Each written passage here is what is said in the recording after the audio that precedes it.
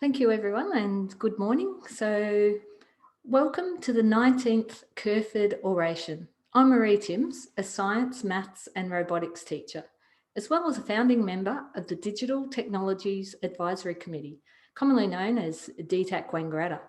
We're a collaboration of passionate people working together to create STEM opportunities, not only for our students and teachers, but for our whole community.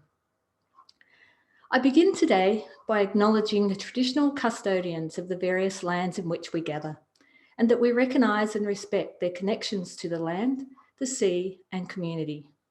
To their elders, past, present and emerging, I pay my respects and extend that respect to all First Nations people joining us today. I consider this to be a very special privilege to be part of this Kerferd Oration. I was very humbled to be chosen for this honour, especially as this topic is very close to my own heart. Today's oration is dedicated to our curiosity, how curiosity is a force for learning and creating, and in Macinley's case, saving people's lives, which we'll find more about very shortly. I wish to thank everyone for joining us today. It would have been great to have met in person, but as we've come to understand in the last 18 months, we have to be flexible and ready for anything. Macinley will be answering questions following the oration, and you can submit questions at any time using the Q&A function below, or if you're watching via the Kerferd Oration webpage, then there's a form at the bottom of the page. Please ensure you include your name and town, as we'd love to see how far and wide you're tuning in from. But before we start, we need to say a few thank yous. Firstly, everyone online today is a very special guest, so thank you very much.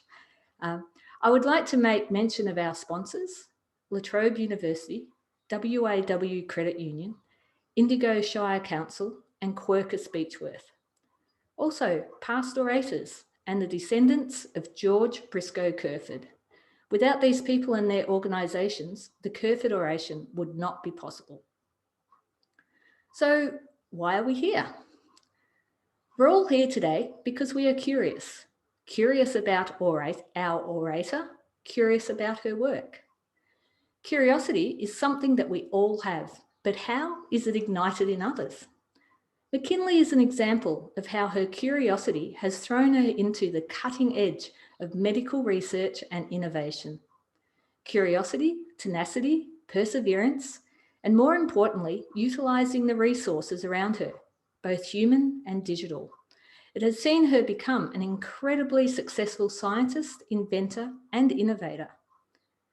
If you have seen the questions of the week leading up to Macinley's oration, you will have noticed the technology theme. Some may be worried about where technology is going. It certainly changed our worldview and often seems to be developing at light speed.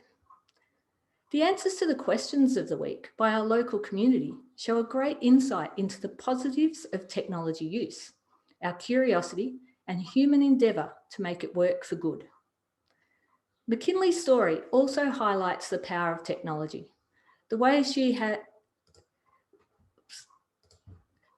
has turned her curiosity to YouTube, Googling academic papers, scientific process, but also having human support of mentors, many in the medical field from across the globe, to help her develop the smart armour.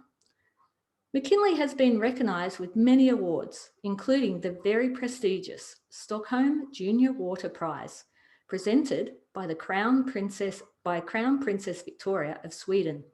But most importantly, she is a fabulous role model, a passionate STEM advocate, and an inspiration to many, including myself. It is with great honour that I welcome Macinley Butson to deliver the 19th George Briscoe Kerferd Oration, Curiosity, Where It All Begins.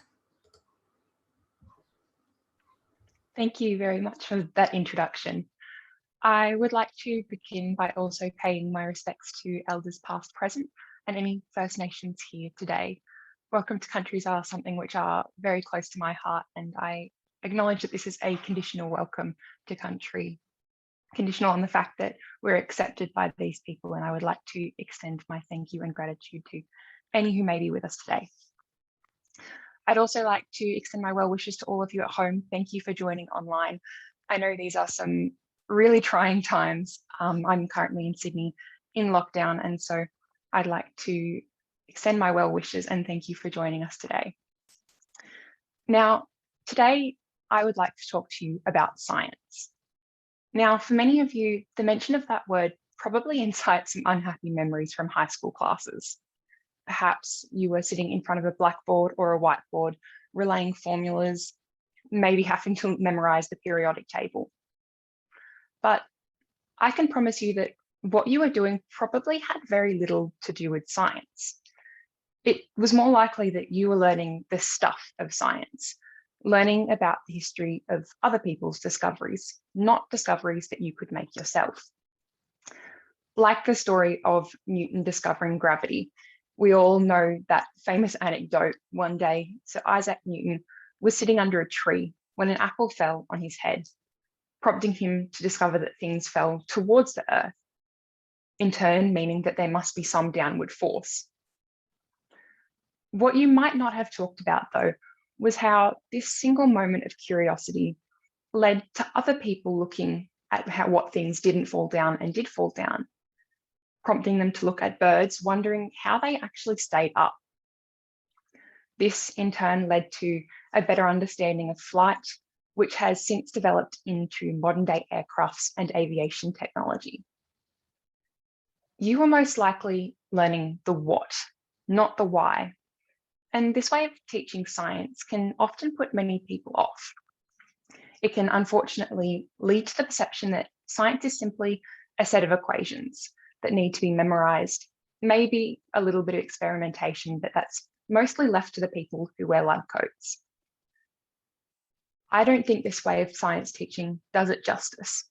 Instead, it suppresses the one fundamental key to science: curiosity. Natural curiosity is something which everyone is born with. You can see this with a toddler exploring the world.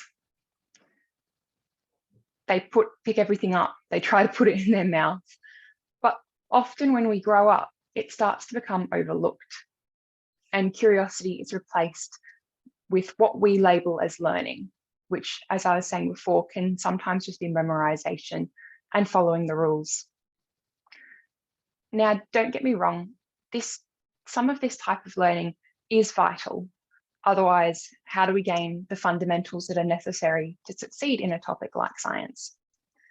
However, I personally believe that it also needs to be coupled with the continual fueling of this natural curiosity we are born to, in order to give light to the ideas that one person may have. Now, for as long as I can remember, I've always been a curious child. I was that kid who would be constantly annoying my parents with the question of why. Why is the sky blue? Why do sunflowers turn to face the sun? Why do stars twinkle? But at that same time, I didn't realize I was asking the most powerful question a child can ask: why? I had that natural passion for curiosity. I was eager to learn about the world around me and how it was sustained so smoothly, the secrets which were in every nook and cranny. As I grew, so too did this curiosity grow within me. When I was about 7 years old, I started tackling the really big questions, things like why I wasn't allowed more pairs of sunglasses. You see, for some reason, I had developed a strange obsession managing to collect something like 15 pairs. And understandably, it got to the point where it had to stop. My parents told me I couldn't have any more. And so I said, fine, I'll make my own then, trying to be a little bit sassy. But that's exactly what I ended up doing. I researched sunglasses. I experimented, wondering why some were darker than others, exploring what the word polarized meant, and finally creating my own pair. I decided that if I was going to make a pair of sunglasses, I was going to make the best pair of sunglasses out there. And it quickly turned into the beginning of my scientific journey. In hindsight, I thought they were terribly attractive. But now I'm a bit older, I make a couple of the design adjustments. But from there, I've gone to work on projects which extend beyond my own personal obsessions, tackling important issues such as world water inequity, the lack of drinkable water in developing communities, the use of harmful pesticides in gardens, increasing solar power outputs, delivering medicine to children, and improving outcomes for radiotherapy breast cancer patients. Now, as you can probably see, whilst all of these projects remained within STEM, they're all very different and in varying fields. But the one thing which strings them all together is that they all began with a seed of curiosity from within me. I used science to take this and turn it into a reality. But I used a different kind of science than what I was describing at the beginning, what we all seem to learn in the classroom.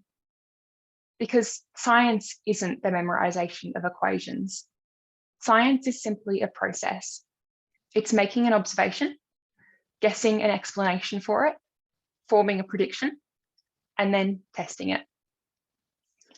I'll give you an example. Way back before all of our times, people observed that the sun and moon went across the sky. Their guess and explanation was that the Earth must be the center of the universe. After all, the sun and moon appeared to be circling us. They then extended this further, predicting that everything must therefore circle the Earth. Now, this idea and theory wasn't really tested until Galileo got handy with a telescope. As he explored the night sky, he found planets. Around one of those planets, he saw 4 moons circling it. He then followed these, tracking their path and showing that Jupiter wasn't actually going around the Earth, but instead the sun.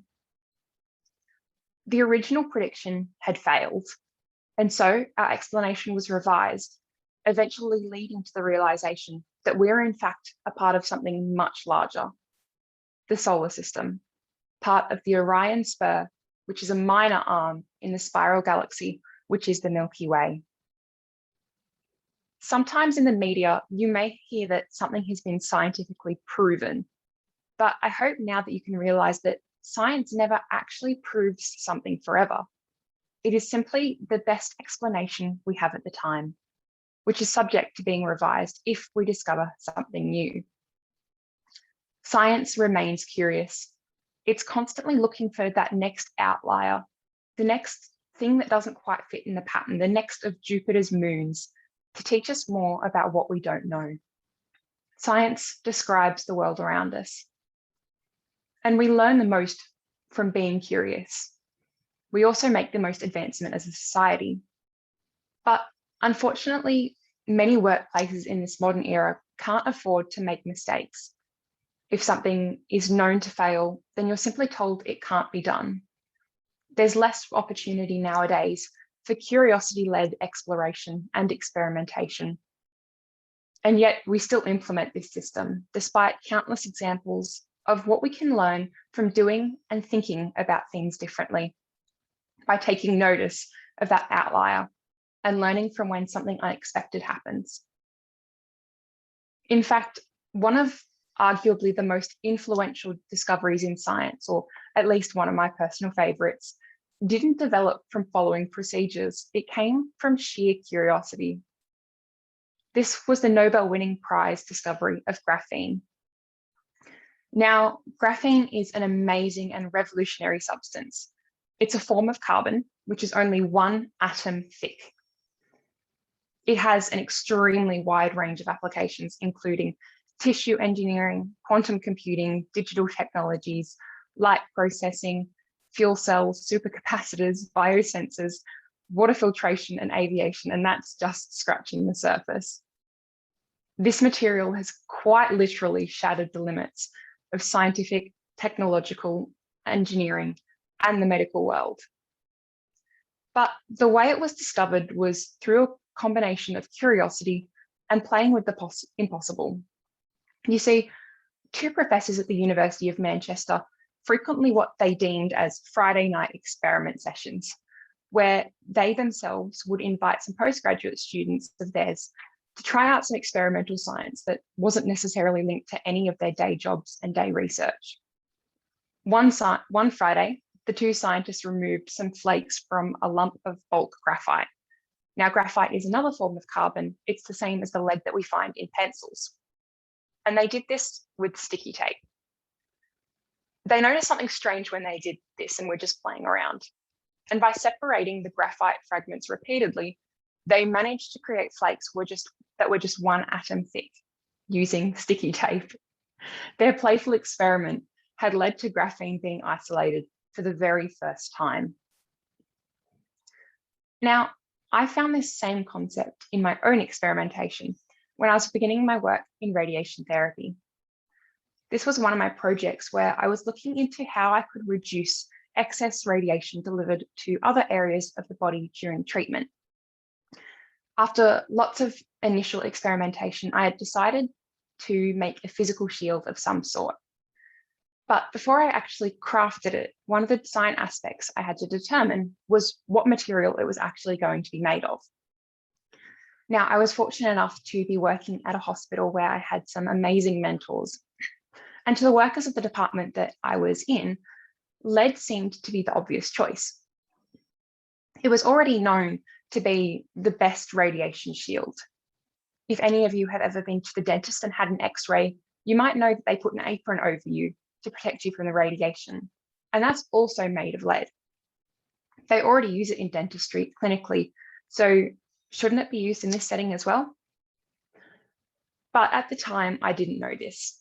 I was new into the field doing research only in year 10 at school at the time. So I decided to try a couple of different metals, initially testing 3: lead, aluminium, and copper. And my results showed something interesting and unexpected. Lead was in fact 20% less effective than copper at the skin surface. Now, I took these results to my supervisor at the time, and I was pretty much immediately told that something must have been wrong with the results and that I should go and repeat my experiment. Understandably, I was a little bit deflated because I didn't quite understand what was wrong, but I went and repeated my experiment multiple times, and I found the same thing every single time. Undeniably, copper was better at the skin surface at shielding radiation than lead. Now, I won't go into the super sciencey stuff, but basically it was because at this level of radiation, we're working in higher beam energies, which creates a reaction with the lead that we didn't really previously know existed. In things like dentistry, they're working at lower beam energies, where this sort of interaction doesn't really occur. But I didn't know any of this, and not being in the field allowed me to simply be curious, not be constricted by what was previously thought to be defined in the field already, take notice of the outlier and act upon it. Another one of my favorite experiments is that of J.J. Thomson, who was one of the discoverers of the electron, which at the time had no practical applications. He was simply interested in its concept. In fact, at the time, he used to propose a toast when it was discovered: to the electron, may it never be of use to anybody. Little did he know that that discovery would make devices like the television and our mobile phones possible and change our world forever. He was simply being curious. Now, all of you at home may be thinking, this is well and good, but why do I personally need science and curiosity in my life? Can't I just leave that to you guys in the laboratories? But curiosity isn't just important in science. It's important in everyday life too. And to show you this, I want to tell you a bit of a story. A couple of years ago, the unimaginable happened to me. I dropped my phone in the toilet. Now, I'll skip over the part of how I got it out, but let's just say I was panicking. Because for me, and probably a lot of other people out there, my phone is one of the most essential tools in my life. It's certainly one which I use the most consistently. But in this instant, I didn't have the first clue as to how to fix it. In fact, after the panic subsided and I had it got fixed by a professional, it got me thinking, I don't really actually know much about this little black box, which is so central to my life in this modern technological world. And I would guess that many of you wouldn't either. So this is where it starts beginning connecting with you. Think about all of the technology you use through life: phones, televisions, computers, but not only that digital side, things like cars, escalators, the internet. So many of these we depend on, but we can't test them ourselves, and most of the time we don't fully understand how they work. In our current digital age, there's a disconnect between us and the technology we use, which can often make us feel helpless and even fearful. One particular area I'd like to touch on where this is especially prevalent is especially true in artificial intelligence, or AI. You see, we've been living in this technological world for a while, but it wasn't until this word, AI, became a household known that panic really began to spread. A, because we didn't really understand it and people thought it was complicated and hard to explain at the time. And B, because there is an ongoing perceived fear that we can't control it. You see, for the entirety of humanity's existence, we have been exclusively using passive tools. Our very first tools would only cut where we struck a tree with them. The nail only goes in where it's hammered. A paintbrush only creates a stroke when an artist drags it along a canvas. Even Siri itself, which is a basic AI, is still a passive tool. It will only answer the questions that you ask. But even our most advanced tools would only work under our explicit instruction. We've always been limited as a society by a need to control, to manually push with our own hands. But AI is intuitive, which is what is new about it. I'll try to explain what this means. You see, a couple of years ago, my cat was still smarter than computers. What do I mean by that? Well, she knows that if it's about 5 p.m, it's time to start meowing and running towards the laundry. Why? Because that's food time. How did she learn this though? Well, every day at about 5 p.m, I would walk to the laundry, call her over and feed her. She did 3 things. She paid attention. The next day, she would remember what had happened.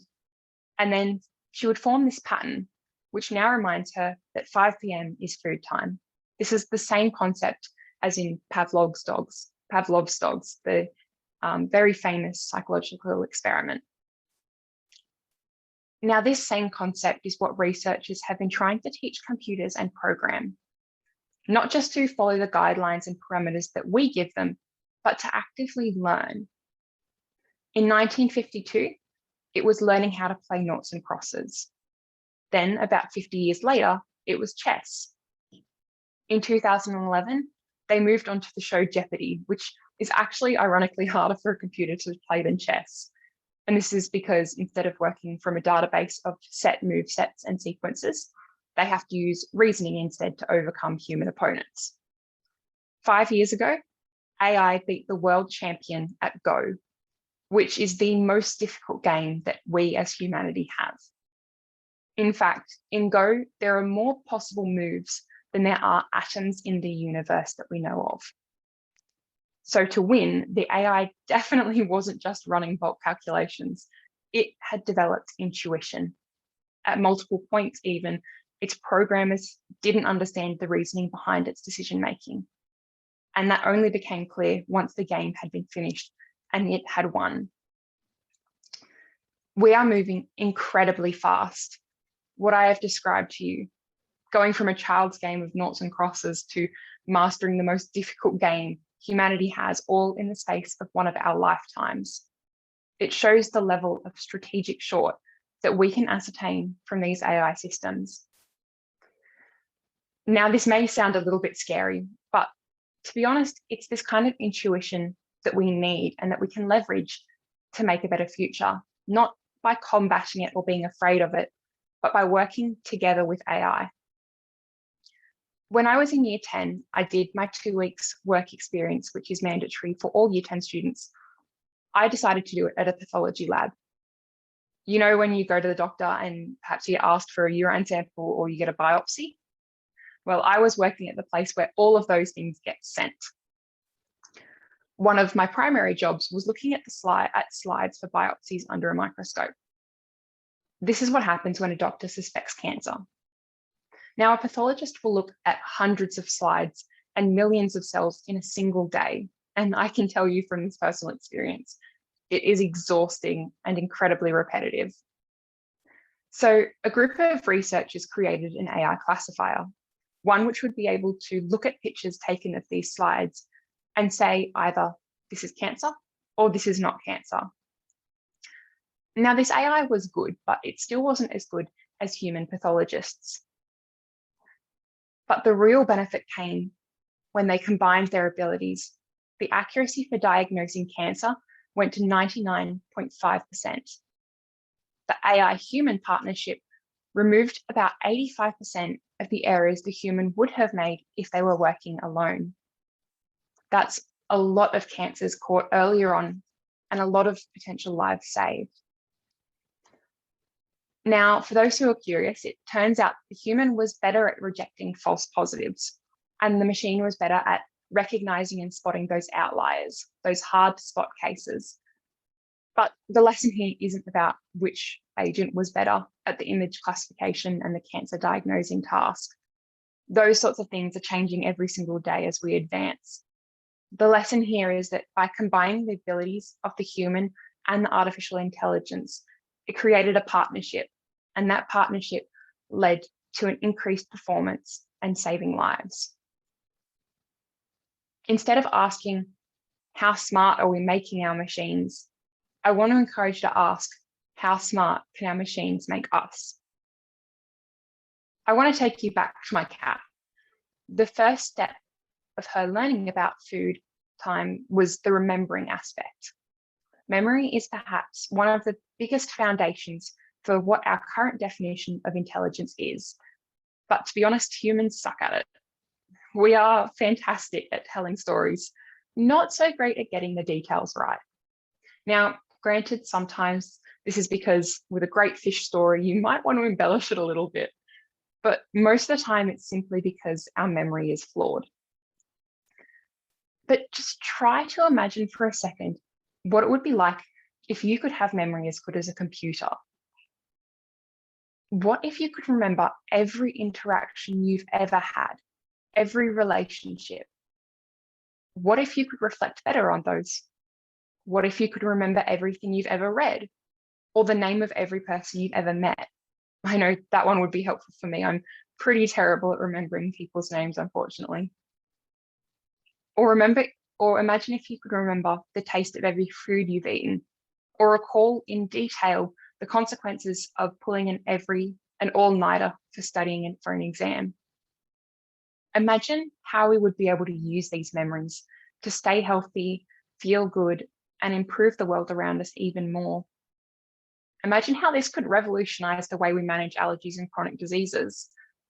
Imagine what it would do for the ability for us as a society to make new connections and form new ideas. For most of us, this is what an improved memory would probably look like and be like. However, for the millions of people around the globe who suffer from Alzheimer's and dementia without a current cure, this could mean the difference between a life of isolation and a life which continues to abound with connection and relationships, even after having the disease. You see, many people don't know about these sort of positive cases. When people think about AI, most people will immediately think about the world being overrun by robots. In fact, one study found that Americans are more afraid of technology than they are of death. And then of the top 5 fears in the survey, 3 of them were technology related. Now, there are probably 3 main kind of key reasons for this. Firstly, being that the perceived outcomes of using technology can result in an undesirable future. For example, people with a fear of heights don't actually fear the height per se, they fear what would happen if they were to fall. We are more likely to fear things when the outcome would be either to lose something we already value or miss out on something that we really want. Secondly, the perception that technology currently makes us feel like we don't have control or don't understand, like in AI. The fear of sharks is compounded by the fact that a shark's behavior can appear incredibly unpredictable and quite rash. To assert control, people with this fear are unlikely to even get into the water altogether. Finally, it's fueled by the outcomes being unavoidable. Arachnophobia is one of the most common fears because in our day-to-day lives, spiders are incredibly hard to avoid, especially in Australia. And this same statement is becoming more and more true of technology every day. But these three reasons, whilst true and valid, don't necessarily explain why we're more scared of technology than death on a personal level. It's fair to say that both technology and death can create undesirable outcomes, and in our current reality, unfortunately, both are unavoidable. The real difference between the two is that, unfortunately, at the moment, many people feel like they have a greater sense of control over their own death than they do over things like artificial intelligence and robots. Now, this isn't to say that in the long term we can cheat death, but on a daily basis, we have a fairly well-tuned sense of how to avoid it happening prematurely, things like looking both ways before we cross the road. So it's perhaps not that unsurprising that society is increasingly fearing technology.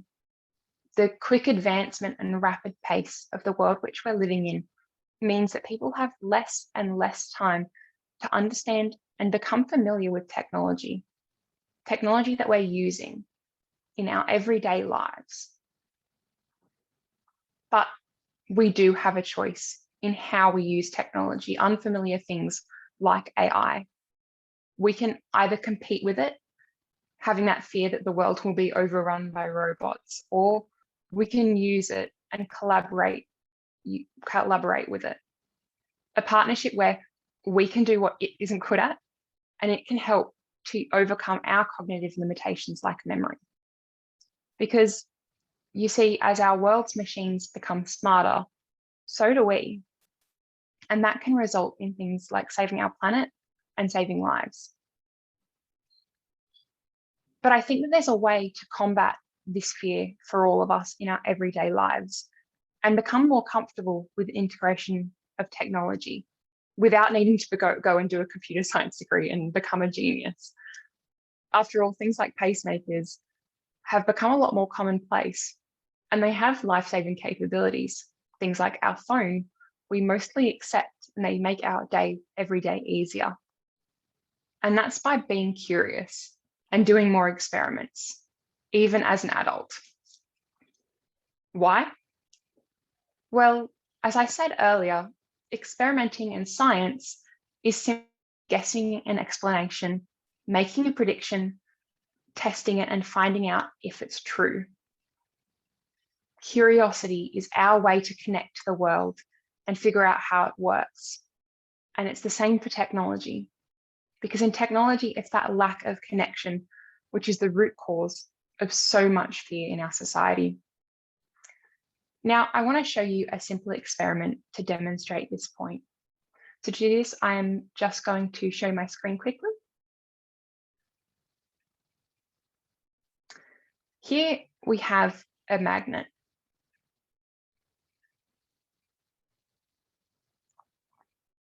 Magnets are fantastic because they are incredibly simple and a basic machine, and an easy experiment that you can do at home.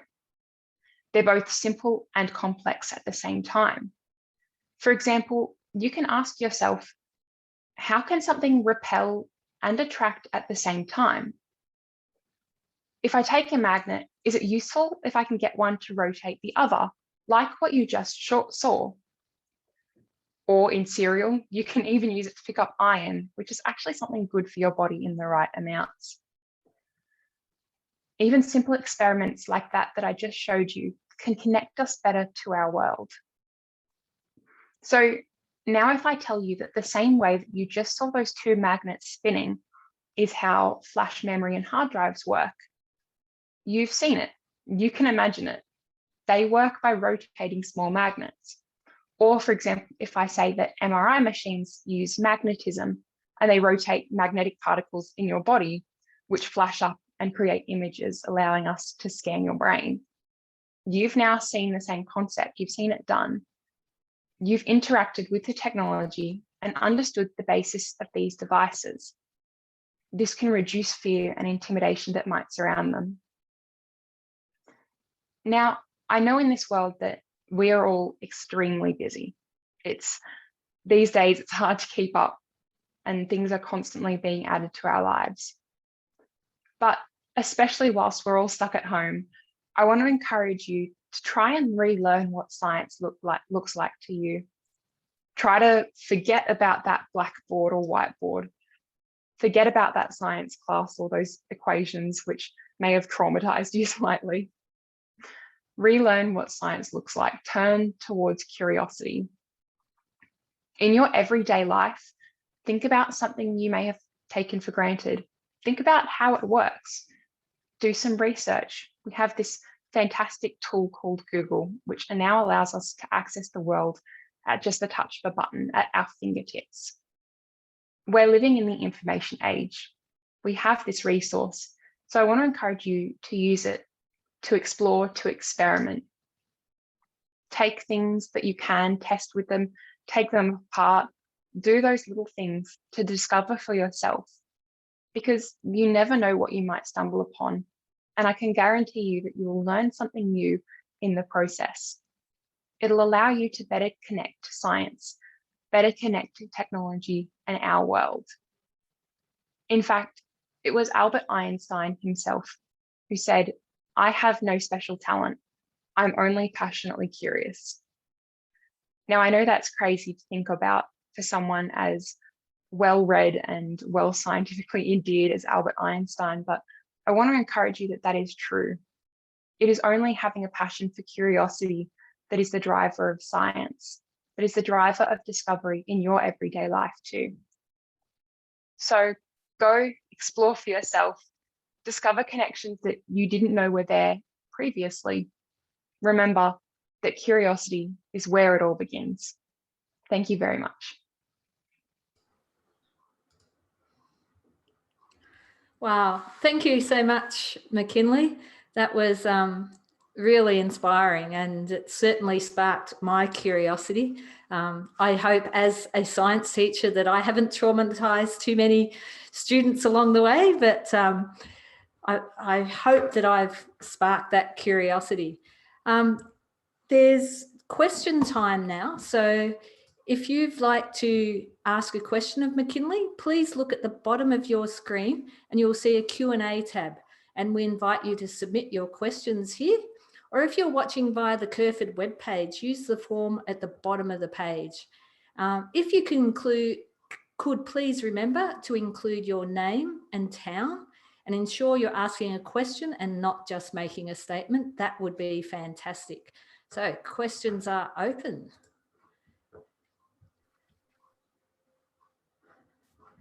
So while we're waiting for questions to come through, one of the things that you said was playing with the impossible. I really love that question. Was a really good statement. Here's me making a statement. Were you inspired by your teachers, your family? What empowered you to go on your journey? Yeah, I think it was definitely a combination of many different things. Obviously, I was a curious child, but as I was saying, everyone starts with that curiosity. I think I was very fortunate that my parents saw this, my teachers saw this, and they tried to foster it further. I think I almost treated science as a hobby. If other kids were doing science or dancing or art, science was like that to me. It was simply something that I would enjoy doing in my spare time. And I started before school even began. It wasn't until I actually really got to high school and started taking science class and realized, hang on, this is what I've been doing. This is what I really enjoy doing, that I actually realized there was a name for it as such. And I think those sorts of having those mentors and those teachers really can make an incredible difference. As I said, it started all with sunglasses and a strange obsession for me. But then it turned into, how can I use this passion and this hobby of mine to improve the world? Can I use it to improve my life, to improve the planet? And it kind of just grew from there. We've got a question here from Oliver. He's grade 6 at Beechworth Primary School, and he's saying, what are you currently studying? Hello, Oliver. That's a fantastic question. I'm currently at university. I'm studying materials science and engineering. So it's a little bit less common of a pathway, so you may not have heard about it, but basically what we look at is we're looking at materials, so plastics, metals, alloys, everything in between, ceramics, and how we can either use those in an engineering application, and also how we can research and find new materials, like what I was speaking about with graphene. That would have been classified as a materials science investigation as such. So it's applicable in almost every single industry you can think of. For me personally, it would be a dream to end up in the space industry and working on what materials we're going to need. For example, if we want to ever go to Mars and we want people to be living on Mars, we're going to have to be coming up with some pretty fancy radiation shielding that, you know, is light, is comfortable for people to be wearing, protects them. So things like that is where I'd love to end up, but it's in pretty much everything you can imagine. Fantastic. Evan from Myrtleford has asked if you can tell more about your water tester. Absolutely. Hi there. So I've done a couple of different water projects actually, but one of the more recent ones was called the soda sticker. Now, this was designed for a process which is called solar disinfection. And basically what this is it's a method used in developing communities, particularly to disinfect their water of biological agents, things like bacteria and viruses. And what's really cool about it is that it's completely free, it's renewable, and it's natural. What you can do is you can actually just put water in like a standard kind of PET bottle, as long as it's clear.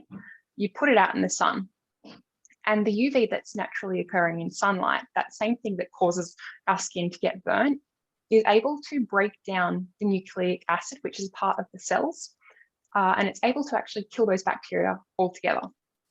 Now, this is a process which is already being used in developing communities so that they will have safe water to drink. But unfortunately, at the moment, there's no way for them to be able to tell that it's actually gotten enough sunlight for that to have occurred. You see, it's not necessarily dependent on the sunlight, and there's not a set time that you can expose it for. The current World Health Organization guidelines are expose it for somewhere between 4 and 10 hours, which is a lot of a time difference. You see, in places like Australia, the ultraviolet is much stronger than places in the Northern Hemisphere, for example. So the process would be quicker here. It's also dependent on things like what season it is, if there are clouds in the sky. So many factors play into how long it would take for that process to occur. So what I decided to do was create an invention, which is a sticker about yay big, which is able to measure the amount of ultraviolet radiation that an area or the water has been exposed to.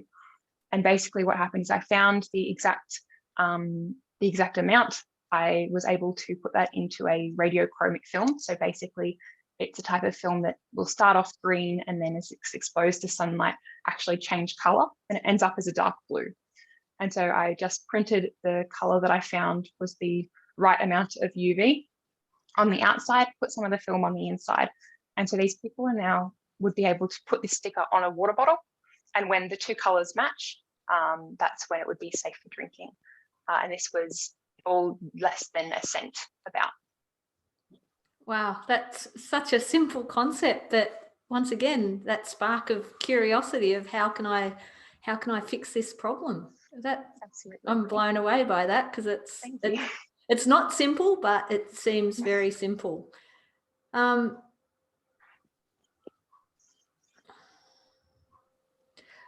So Kay Harris from Wodonga is asking, what's your view of plastic? Is it bad? Should the response be to stop its production? Absolutely. Hi there. That's a fantastic question, and one that I'm particularly passionate about working and studying materials science and engineering. We have, in fact, whole units and whole subjects dedicated to plastics. Plastics, it's a hard one because it's one of those materials that when it was kind of invented and became commonplace, it made so many things possible and a lot easier, especially living in a consumerist society. However, the problem is that we don't have safe ways, or it's very difficult to dispose of it responsibly. I'm sure many of you know that when you put plastic into landfill, it's one of the things which takes the longest to actually break down. And that's the trouble that we face. We have options and things that we can do like recycling, which is probably one of the best methods we currently have. But unfortunately, there is still so much waste which goes into landfill and isn't repurposed and reused. So one of the best methods to combat this is to get rid of plastics at all, kind of try to reverse what we have done. And that's what we're seeing a lot of a push for, because we can't necessarily ensure that people will recycle everything. We can't ensure that things, even if they are recycled, that they can be recycled, because there's a lot of lack of education. A lot of people don't actually know what are those triangle numbers, which numbers you can recycle. Not all of them you can, in your standard kind of yellow bin that you might have out the back. So there's a lot of different factors coming into play. So absolutely, I think if we can get rid of plastics, that would be fantastic. However, an alternative to this, which is a lot of people are doing research into, are what's called bioplastic. Now, these are made from things, they can be of different variety. I've seen people use shrimp shells to create plastic. I've seen people use various type of foods and the skins from foods and reforming these into plastic. And what's usually great about these types of plastics is that they're able to break down much, much, much faster than the plastics which we're so accustomed to using. So there's still a bit of research that's needed in that area before it kind of becomes viable and a cost-effective solution. But I think that's what we'll be and hopefully end up seeing in our world, the transition away from these PET single-use plastics and working into bioplastics and possible alternatives. We've got another question from Carolyn from Beechworth again. So going back to your graphene, so you spoke a little bit about your materials engineering and where you plan to take that, but what are some of the uses for graphene that you spoke of? Absolutely. So one of the ones which I'm quite interested in myself is in quantum computing. Now, at the moment in computing, we've kind of reached a little bit of a threshold. Our processors and our silicon chips that we currently have are approaching what we kind of call a maximum for their computing capacity and ability, and the speed and the amount of computations which they're able to run. Many of you may have heard of quantum computing, but might not actually know what it is. So quantum mechanics is a branch of science which is fairly recent in its development. It kind of really started, in the 1920s, really took off in the 1950s, and we've been trying to learn about it ever since. Things like the famous Schrodinger's cat, it's both dead and alive sort of thing, fall into that field of study. And quantum computing is one of the practical applications of that area. What it will allow us to do is basically have what we call, a quantum state, of which at the moment we kind of know that there are two.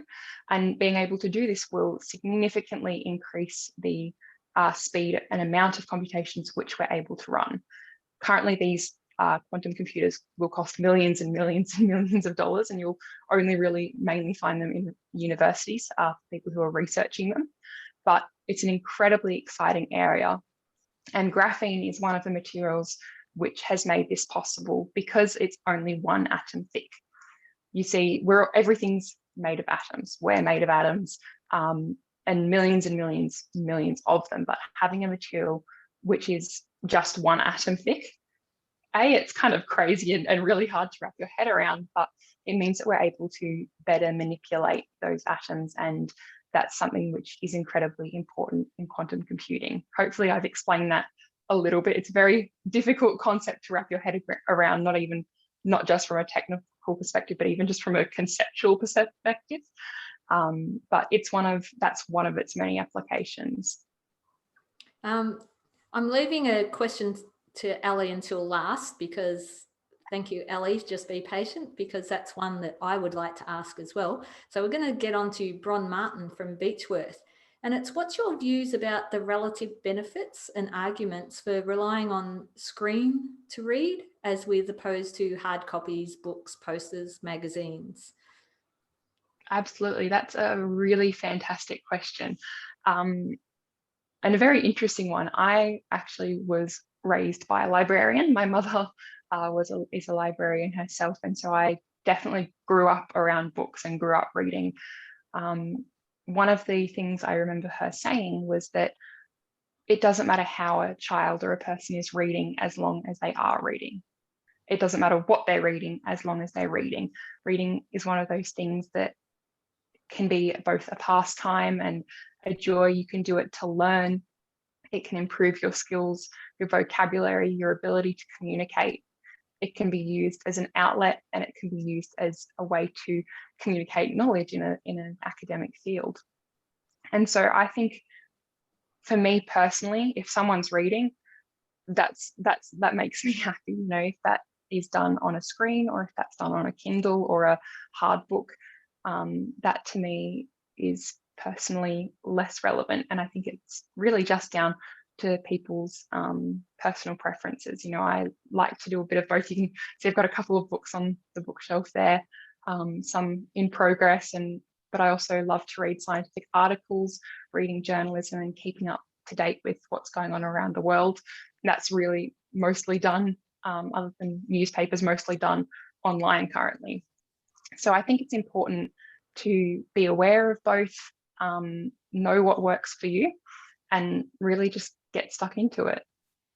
There was a part 2 to that question as well, which talked about handwriting and typing. And I guess as a teacher, this is one of the things that I struggle with the most, because in year 11 and 12, the exams are handwritten, yet using electronic format opens it, from my perspective, opens it up to everyone's on a bit more of a level playing field with technology, because we have a number of students who are dyslexic and dysgraphic. So being able to type on a computer allows them to get their thoughts down easier than actually having to write. But year 11 and 12 exams are written exams. So it's a real hard question. So that was part 2 to Bron's question. Absolutely, that's certainly interesting as well. And I think that's probably mostly to do with our education system as well. However, there have actually been studies which do suggest that handwriting is in fact better for memory than typing. Hopefully as well, like I was saying, with in an increasingly technological world, we'll be able to have things like our phones and our computers to be reminding us and have a better memory for us almost. Possibly we'll become augmented with that, but I think that's possibly a little bit away. I think in year 11 and 12 at the moment, there's actually in the HSC course, at least in New South Wales, there's a course called Science Extension, and they have actually transitioned to doing an online computer exam for that one, and it's the first one that they're doing that for. So I would like to personally see a transition to that. Same, like Marie was saying, it opens a lot of possibilities for students who may have learning difficulties or disabilities, which make it more difficult for them to be performing handwriting. That being said, we also, if we are going to be transitioning and moving in that direction, need to be aware of technological injustices which kind of occur in our world. Currently, at the moment, our infrastructure is not built fantastically for that model, especially for school students all logging onto a server to do an exam at the same time.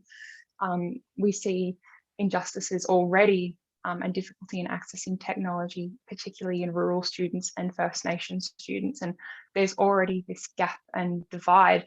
I remember seeing a statistic from the government estimating that a rural student, a rural or remote student, is 1.5 years behind a metropolitan student of the same age in the same grade in the area of science. And that's without the advancements going even further. So personally, I think I would like to see those technological changes be made, as it does open up a lot of opportunities. But we need to be mindful whilst we're doing it that we're not leaving anyone behind, because it's important to give these students just as much access and opportunity so that we can create a more diverse scientific community in the future. While we're on education, this is a question from Ali. It says, my name is Ali. I'm a primary school teacher and I'm in Beechworth. And my question is, how can teachers, parents and mentors support children to retain that curiosity beyond childhood? Absolutely, that's a phenomenal question. I think there's many different things that people can do in those different roles. I understand that the education curriculum is becoming more and more tight in what to teach as every year passes and every revision is made. But I would encourage as much as possible to allow students to follow, particularly in science, but to be following their passions and what interests them. So one of the fantastic ways that we get to do that in New South Wales, we have a Year 10 student research project, which is a mandatory, or at least was when I was in school, was a mandatory component of it. And so for that, we saw every single student doing a science project. And I think that's fantastic because it's really provides an opportunity for a student to be doing a deep dive into an area of research that they're interested in. I also do want to be wary, though, that, teachers are possibly one of the most underloved group of people and underappreciated for the amount of work that you guys do. I understand it is incredibly time consuming, taxing, and honestly, teachers do an amazing job for what's asked of them. And so I also want to acknowledge that, teachers don't necessarily know everything. And so I think if you're able to provide support in a student to connect a student to whether it be an industry professional or a university person who's possibly researching something that they're interested in, or an outside, just even a parent, a helper, someone, if you know someone, connecting students to those people can, I think, really inspire as well, because you can only be what you can see. And so connecting students early on can break down any stereotypes they might have, whether they're, a woman, they go, oh, well, I don't really see any female researchers, showing them examples and getting them connected to even one person who's doing that can really, I think, inspire them and encourage them to begin pursuing their scientific journey earlier, being curious and not being afraid to take that leap, even though, every scientific investigation you have failures, but sometimes we're too afraid to start. So connecting them with someone who can support them through that role can be really fantastic as well. I'm also a part of a program which I personally love as well. It's not to do an advertisement, but it's called Origin's Little Big Idea Competition. I'm actually a judge for that competition. I have been for the past 3 years. Basically, what we do is we ask kids from grade 3 to 8 to submit an idea for an invention to this competition. And then some of the finalists, we give some mentoring and some one-on-one mentoring with them. But that's a fantastic unit that I've seen teachers actually take and make it a class activity. So they'll get, in the unit of science, they'll get all these kids to be thinking about what ideas they can come up with to solve problems. And it can be linked to other areas as well. What issues can they solve in sport?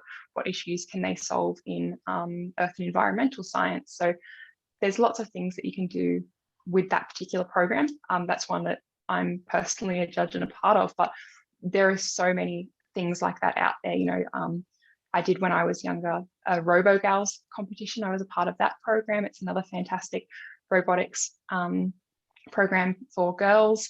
There's a young scientist competition, which is for kids who are doing scientific investigations. There's a lot out there, so I just encourage you to have a look at what's out there and get your students involved in those. Yes, I think your statements of you can't be what you can't see is probably one of my philosophies, and the DTAC Wangaratta's philosophy, because especially for regional students, we need to be able to show them what is possible. And I think that's something that we sort of hang our hat on, to try and get that and get some role models in and talking to our students. So, yeah. You mentioned robotics just then. I know I've got a little bit of a passion about robotics in education. What's your view of robotics and coding and things like that? Absolutely. I think it's incredibly important, particularly coding, if not one of the most important aspects for scientists going forward. We're seeing, in scientists, you almost need to be able to code no matter what area of science you're involved in. It's one of those things which is becoming increasingly important. I, unfortunately, was actually one of the last years to go through before coding was brought into the national curriculum. So I didn't actually properly begin learning how to code until I was in university, which was a bit scary, to be honest. It's almost like learning a whole new language. I mean, it is learning a whole new language, sometimes multiple languages, but I think it's incredibly vital. And for me, it's great to see those programs being implemented when kids are in primary school. And I think robotics is also fantastic, as, it provides a way for kids to get their hands on and, get them doing things and building things early on. I think another, we learn things by doing. It's one of the best ways for us, for anyone, not just kids, to learn. And so robotics combines that, physical hands-on building aspect with the coding languages that are going to be so essential for future workers and for our future industries. I've been learning a lot more about it. My partner is actually doing mechatronics engineering, so right down robotics lane, and he does some mentoring for some robotics groups, which I'm going to be getting involved in, which is exciting for me on a personal level, because I think I'll be learning just as much. And I think we'll have this as our last question for today, and it's from Anne and David Kelly in Melbourne, and it's, what's been your favourite invention so far? That is a fantastic question, and to be honest, this is going to sound awful, but there are too many good ones to have to choose. I think for me, I often love to, rather than looking at a particular invention, looking at particular scientists, because I think seeing those role models, back when I was at school, I personally hated learning about the history of science. I was like, oh, can't we just get onto the, science part? I don't need to know about these people. But as I've grown older, I have gotten a bit more of an appreciation about learning about their personal journeys and, what inspired them and what made them curious about these sorts of topics. And so for me, it's not an invention per se, but my favorite scientist is Richard Feynman. He was worked in quantum, is considered one of the fathers of quantum science. And so that's, again, another personal interest of mine. But one of the things which I think was especially kind of, unique about him was he thought in a different way. And I don't mean that by, he had a different thinking style, but he was probably kind of one of the last major examples of the modern world where philosophy and science were still kind of partnered. If you look at all of the really old, going back to Galileo times, and you look at, how we describe them, you'll almost always find scientist and philosopher paired. You'll never, it's very rare to see them separate in those old times. But as we've moved into modern day, they've become very separate. Science is part of STEM, philosophy is now even is part of arts. And so we've started to separate them. But personally, I think that they are intrinsically linked. It's that questioning the world around you, questioning the nature of our reality, of our existence, that's at the heart of philosophy, and science is really our attempt to describe and to understand those questions in a physical sense. And so Richard Feynman was someone who was one of the last people in our modern era, I think, who really emphasized the importance of that. And he was made a bit of a laughing stock for it at the time. It was at the time where we'd moved away from a lot of that philosophy aspect of science, and it was, no, if you don't have the numbers, it's not right. And so I've seen some, again, studies that estimate that that actually he didn't release a lot of his research for 20 years. And that was because of, he was, a lot of it was philosophically based, because quantum was so new and so abstract and conceptually kind of confusing. And that, 20 years set us behind a lot. So I think that's one of my personal favorite scientists. You could almost call his invention quantum, the whole field of quantum science. But I think, in science, it's also a bit of a discovery as opposed to necessarily just an invention. But I would, yes, encourage you. I actually have this book right here is one of his lecture books that was given to me, one of his original kind of print editions that was given to me as a gift from my mentor. So I think, yeah, but he was also, I think one other thing, he had a condition called synesthesia, which is basically the mixing of the senses. So it's where people who have this condition would have, imagine being able to taste sounds. I know that sounds weird, or being able to see tastes, or letters and numbers. They actually have a color to them that's assigned and different for each individual person. And he didn't let that stop him from being perhaps, one of the greatest scientists of all time. A lot of people with this condition often struggle at maths, and he used it and allowed it to help him see maths differently. And I think that's really, really inspiring for people who, are not neurotypical. That being said, neurotypical, I don't think there really is anything such as that anymore. But it's inspiring as for people like me as well. I myself have ADHD. And so sometimes people will be like, oh, it makes life a lot more difficult. But for me, it's just another tool in my arsenal. When you know how to use it and how to work with it, I can use it to do great things and to think differently. So I think it's great that he was a very early example of being able to use what you have for good and diversity, leading to discovery.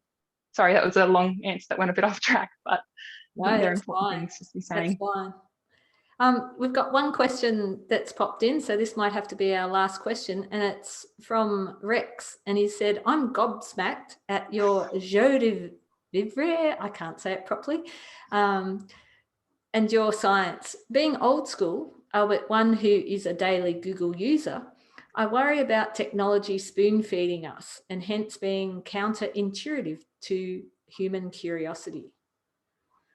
So he'd appreciate your response.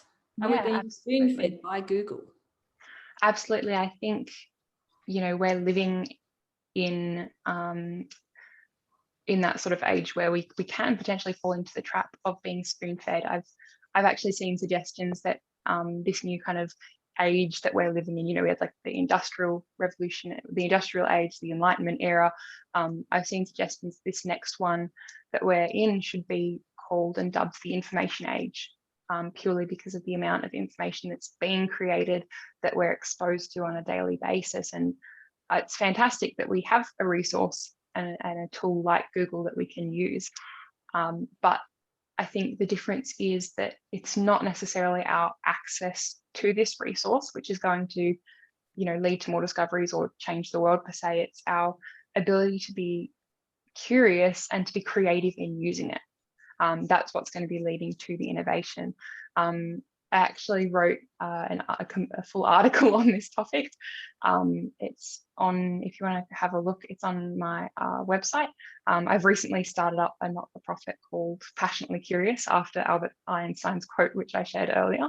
And we're looking to basically provide access and opportunity to disadvantaged students in STEM, kind of addressing that particularly a technological divide, but also other access opportunities in STEM. And part of that, it began as just a bit of a blog and article writing expedition where we wanted to try to present science to students who may not necessarily be able to read access scientific articles and present it to them in a fun, interesting way that sparks their curiosity. And one of them was on living in the information age and how our access to things like Google could potentially impede and our growth as a society, and how we need to use it creatively rather than just relying on it for telling us just facts and statistics that are stagnant. So if you want to have a look at that, it's www.passionatelycurious.xyz, not .com, .xyz. Oh, thank you, Macinley, for your wonderful insight. And of course, thanks to everyone for their great questions. We're going to move on to the Kerferd Medal presentation now. So George Kerferd, bit of history. George Kerferd and his wife, née Martindale, had 10 children. George Briscoe Kerferd descendants attending today are located across the country and are strong supporters of the oration. The George Briscoe Kerferd Medal was crafted by George Frimmel of Melbourne, and it has an image adapted from an 1870 print from the Burke Museum collection. Representing the Kerferd family today, I invite Rowan Locke, a great-great-grandson, as he's already said, of George, to present the George Briscoe Kerferd Medal. Hello there. As I was introduced, my name is Rowan and I'm a great-great-grandson of George Briscoe Kerferd. As I listened to Macinley talk about her experiences and work in applied science and engineering, I couldn't help but think about what cutting-edge technology meant back when George Briscoe Kerferd was living in Beechworth. That was the time of the first industrial revolution, with travel and communication just beginning to be improved through paddle steamers on the rivers, the first steam train railways being built, and long-distance telegraph systems bringing society together. These scientific and engineering advances were delivered by people's deliberate efforts over time, and they made society better. And as we've heard, we're now in the information age, driven by computers, the internet, social media, and artificial intelligence. And as Macinley has shown, there is still opportunity for innovation in practical science and engineering. I can see the parallels between George Briscoe Kerferd's time and now, as Macinley looks at things from new angles and defines solutions to problems to make things better for people in the world. And this process of innovation is driven by curiosity about how the world works. I have 3 wonderful daughters, and I hope that they too can forge a path in the world in the same way. Thinking for themselves, choosing what they want to do based on what they are interested in and what they are curious about, not constrained by preset views or what the expected or right way to do things is. So Macinley, on behalf of the Kerferd Oration Organising Committee and sponsors, all the attendees out there listening to us, and all the descendants of George Briscoe Kerferd, I would like to thank you again for your fantastic speech. And given the situation we're in, we'll be presenting the Kerferd Oration Medallion remotely this year via Australia Post. Thank you very much. Thank you so very much, Rowan.